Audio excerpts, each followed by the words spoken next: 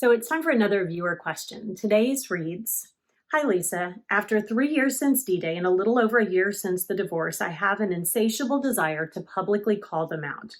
Do a Facebook blast because I can't shake the feeling that they're getting away with something. Everyone knows we divorced. Not all know about the cheating and abandonment. What do you suggest I do to move beyond this? Oh, do I so relate to this one? I absolutely went through much of the same. That need for some sort of justice is so huge. I know for me, I kept waiting for that to come through the court system, either through the criminal case or the civil case. And then when it didn't come, well, then I thought that I needed to be his prosecutor because I needed him to pay.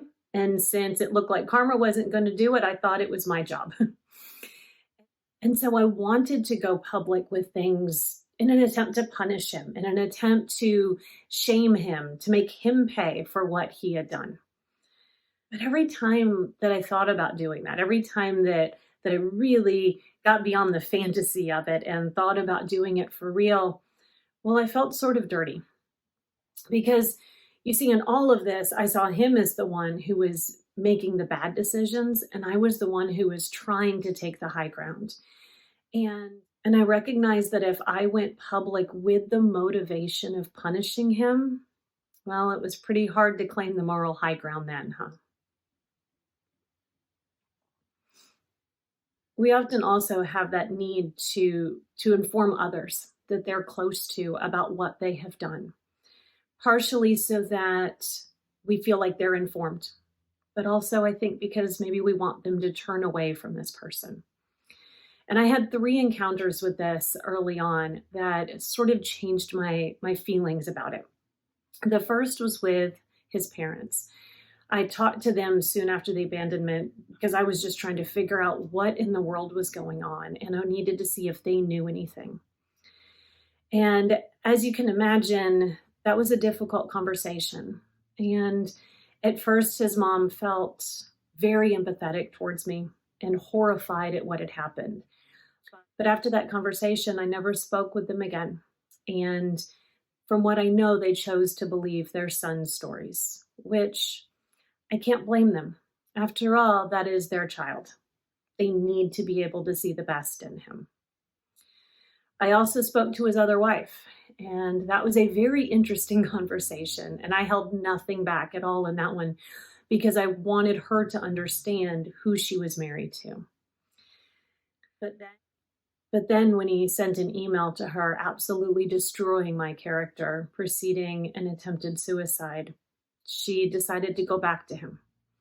Within hours, she went from, "Thank you, Lisa, I think you just saved my life," to being his wife. And then the third encounter I had was with one of his former employers. And this woman was almost like family to us. And she had actually reached out to me. And so I let her know sort of the bare bones of what was going on. And her response was, "Well, what did you expect?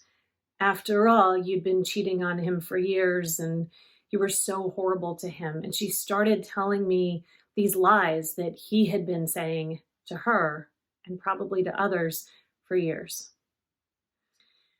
And what I realized from these encounters is that in so many cases, the people that are close to the one that did this to us, they're not going to be able to hear whatever it is we have to say. Maybe their denial is so strong that it's just simply not going to permeate. Maybe the potential loss for them is so big that they won't even entertain the idea. Or maybe the person has been told so many lies that they don't believe us at all. And so I think when we talk to others, we have to be really careful about our motivations. I don't think that this is something that we need to keep secret. This happened and we need support. We need to be able to talk to people. And if you're sharing with somebody because you're wanting that community, you're wanting that support, you're wanting some advice on something, completely fine. But if you're telling the story just in an attempt to somehow hurt your ex, it's just going to backfire. Now, sometimes we think that we should share because we want to protect people from this person. That was my mindset when I first started writing about all of this. In the beginning, I really wanted to use his name. And I told myself that I was coming from an altruistic perspective there, that I wanted to make sure that nobody else ever went through this with him. But that was really a lie because, I mean, statistically speaking, how many people that stumble across one of my blog posts or happen to read my book have actually met him or will actually meet him? It's a pretty small number. So really, I wanted to share his name again to punish him. But I was telling myself, oh no, I'm doing this to protect other people. Okay, but you asked, how do I get over that urge? Well, I think part of it is just acknowledging that that urge is completely normal, completely natural. It's going to be expected, and it probably won't last, at least not in the same intensity that you have right now. Also, what I found helped me is to indulge in crazy revenge fantasies and thoughts about how exactly I would do this public blast that, of course, I never acted on. Uh, One example of this happened about 4 years after the divorce, and I actually saw my ex-husband at a festival in town. Now, that was the first time that I had seen him since court. And I had no contact with him. I just sat up on a hill and watched him with another woman that I couldn't tell if it was his wife or not. And in the moment, it was very traumatic. I mean, I really did respond like an abuse victim. But the next day is when the revenge fantasies started. I thought about how I could have hijacked the computer that was connected to the big screen and I could start playing my YouTube videos to the entire festival. I thought about, oh, I should have, talked to one of the police officers there because at that point there was a warrant out for my ex-husband's arrest.